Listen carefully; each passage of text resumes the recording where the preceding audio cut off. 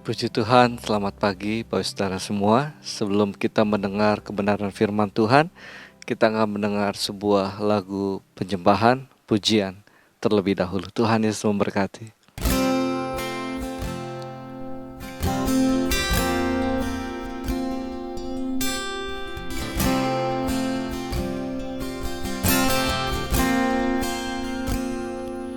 Ku hidup karena percaya Kau yang berjanji setia.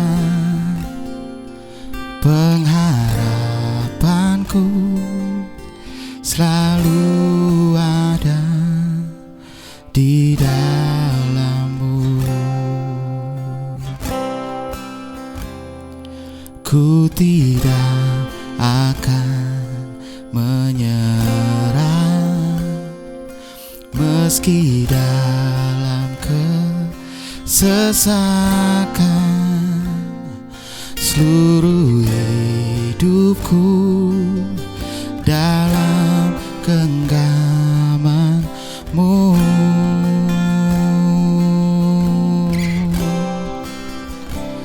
Aku punya Tuhan yang besar, yang telah berjanji dan sanggup menggenapi.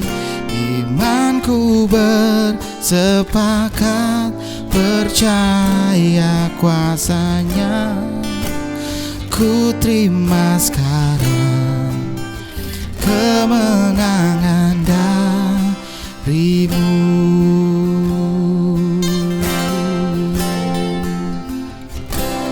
Ku tidak akan menyerah meski dalam kesesakan.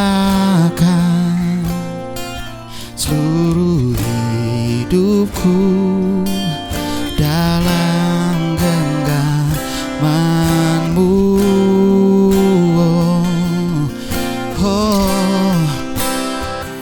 Aku punya Tuhan yang besar, yang telah berjanji dan sanggup menggenapi.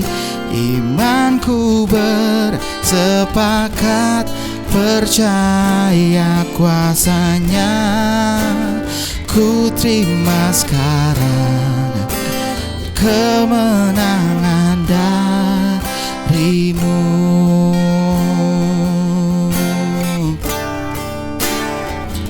Aku punya Tuhan yang besar, yang telah berjanji dan sanggup menggenapi.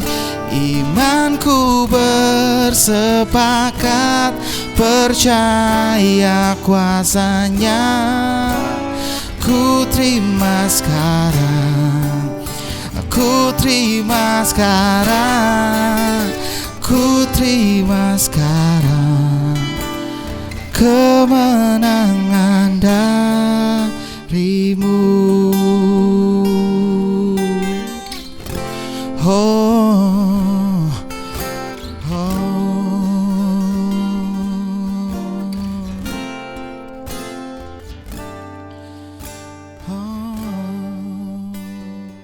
Puji Tuhan, mari kita berdoa. Kepada Allah Bapa yang kami puji di dalam Tuhan Yesus Kristus, kami rindu mendengar firman-Mu. Biarlah urapan Allah boleh menjadi bagian kehidupan kami. Sembunyikan kami semua di belakang salib Tuhan. Ampuni dosa dan kesalahan kami, seperti kami pun mengampuni yang bersalah pada kami. Tuhan, berbicaralah. Kuasa kegelapan kami hancurkan dalam nama Yesus. Hamba-Mu tidak ada apa-apanya. Tuhan Yesus dipermuliakan. Dalam nama Tuhan Yesus Kristus, haleluya. Amin. Selamat pagi Bapak Saudara semua, dan saya percaya Bapak Saudara dalam keadaan diberkati dan dalam kebaikan Tuhan. Kita akan belajar tentang nama-nama Allah. Kenapa harus belajar tentang nama-nama Allah? Salah satunya adalah ketika kita mengenal nama Allah dan artinya, maka kita dapat mengetahui karakter Allah di dalamnya. Ketika kita mengetahui karakter Allah, kita mengetahui siapa Allah itu sebenarnya. Umatku binasa karena kurang pengenalan akan Tuhan. Dengan kita mengenal nama Allah, kita mengenal Tuhan lebih dalam. Salah satu yang akan kita pelajari adalah El Elyon. Kata El Elyon terdiri dari dua suku kata. El yang artinya Tuhan, atau dipakai Adonai kadang-kadang, Tuhan, dan Elyon. Elyon ini artinya sesuatu yang maha tinggi, substansi yang maha tinggi atau tertinggi. Jadi El Elyon adalah Tuhan yang maha tinggi. Berbicara tentang salah satunya, ketika kita mengenal El Elyon, kita mengenal kedaulatan Tuhan. Kalau di pemerintah kita, pemerintahan yang tertinggi itu dipegang oleh rakyat lewat MPR.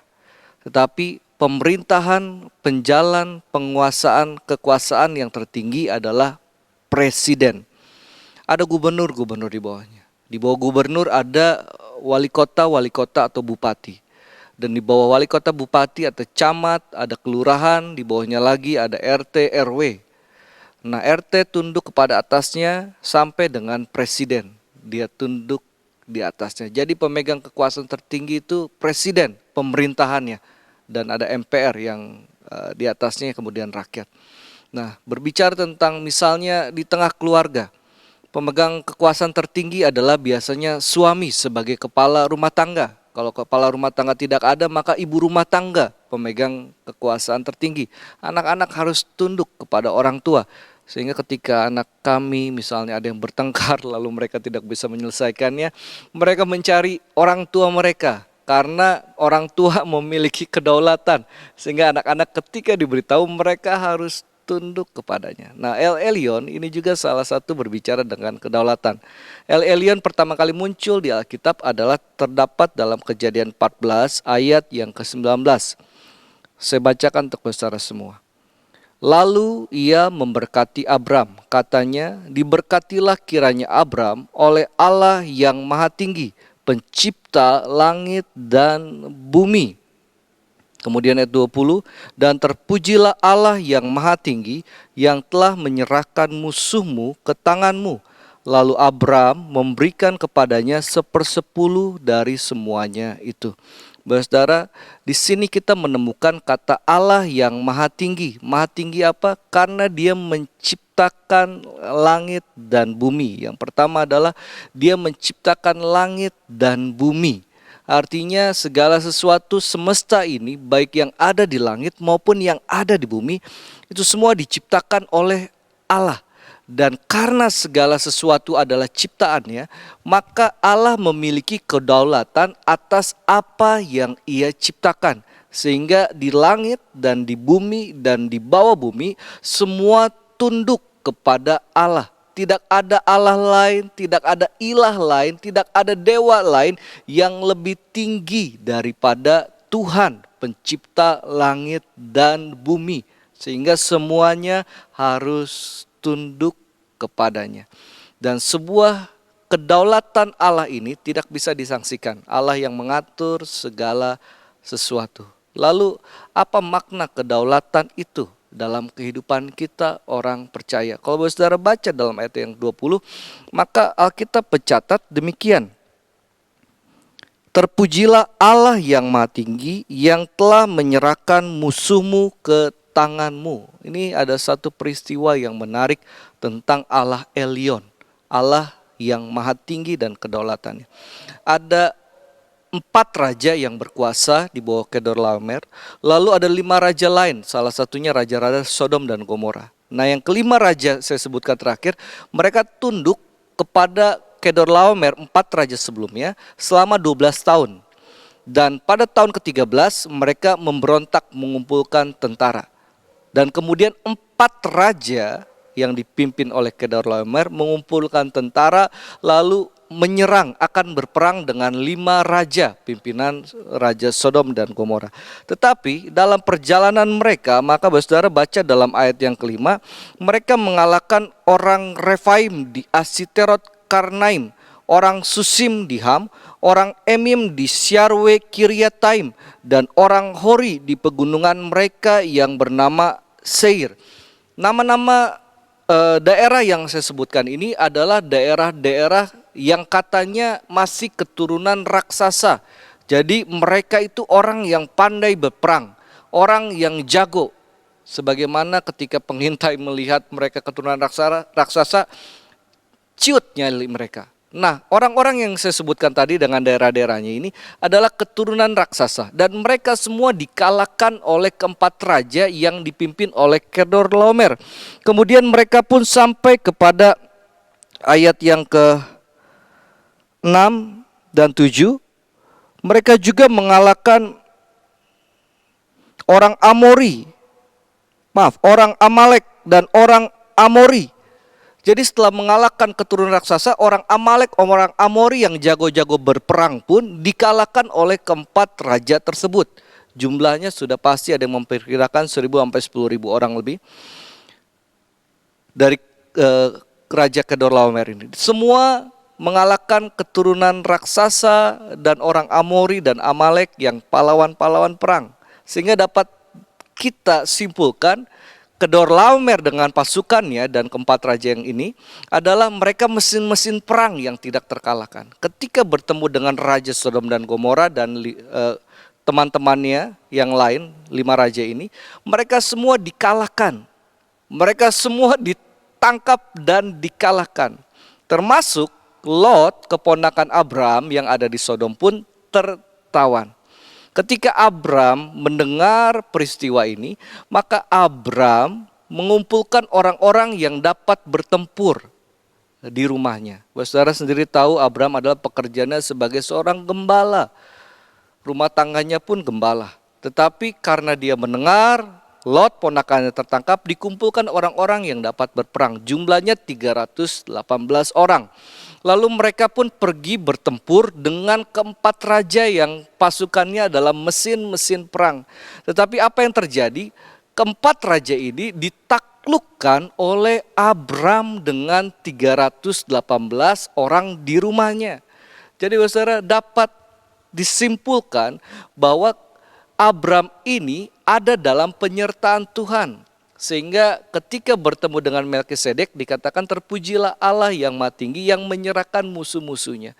Manusia yang hebat pun dapat dikalahkan oleh Abraham dan keluarganya. Sehingga apa yang saya coba tarik sebagai sebuah kesimpulan. Saudara, dengan kita mengenal Allah El-Elyon, Allah yang berdaulat, maka kita mengetahui kemampuan Allah. Bahwa tidak ada satu kuasa yang lebih tinggi dibanding Allah El-Elyon atau Tuhan Yesus Kristus. Segala kuasa tunduk di dalam namanya. Abram saja dengan 318 orang dapat mengalahkan mesin-mesin perang. Orang-orang perang yang jago bertempur jumlahnya jauh lebih banyak. Karena siapa? Bukan karena Abram, tetapi karena kedaulatan Allah yang mengatur waktu, yang mengatur musim, menaik turunkan raja. Bahkan saudara, mungkin saudara punya ketakutan terhadap setan. Setan pun saya katakan tunduk kepada Tuhan Yesus Kristus atau Allah El-Elyon ini. Saudara baca dalam kitab Ayub 1, setan itu naik turun ke bumi dan ke sorga. Dan ketika dia mau mencobai seseorang, dia harus minta izin daripada Tuhan. Kalau Tuhan gak izinkan, gak akan terjadi pencobaan terhadap Ayub. Itulah kedaulatan Allah El-Elyon. Sehingga sebagai sebuah kesimpulan di akhir kebenaran firman Tuhan, ketika saudara mengetahui Allah bahwa saudara adalah Allah yang maha tinggi, memiliki kekuasaan yang maha tinggi, bahwa saudara tidak akan merasa takut. Karena hidup kita ada di dalam tangan Tuhan. Mari kita berdoa. Terpujilah nama Tuhan Yesus Kristus sekarang sampai selama-lamanya. Ucapan syukur kami naikkan karena kami boleh mengenal Allah El-Elyon. Allah yang maha tinggi di atas segalanya. Sehingga kami memiliki keberanian percaya. Kami memiliki keberanian kami ada di dalam tangan yang berdaulat. Segala sesuatu yang terjadi ada dalam izin Tuhan. Dan kalau Tuhan izinkan, maka Allah berkata kami sanggup melewati semuanya itu bersama dengan Tuhan. Terima kasih Tuhan, biarlah semua ini boleh menyenangkan hati Tuhan. Dan apa yang kami kerjakan sepanjang hari ini, kiranya boleh Tuhan buat berhasil ketika berada dalam kehendak Tuhan. Dalam nama Tuhan Yesus Kristus, haleluya, Amin. Pimpinlah, oh Roh Kudus, pimpinlah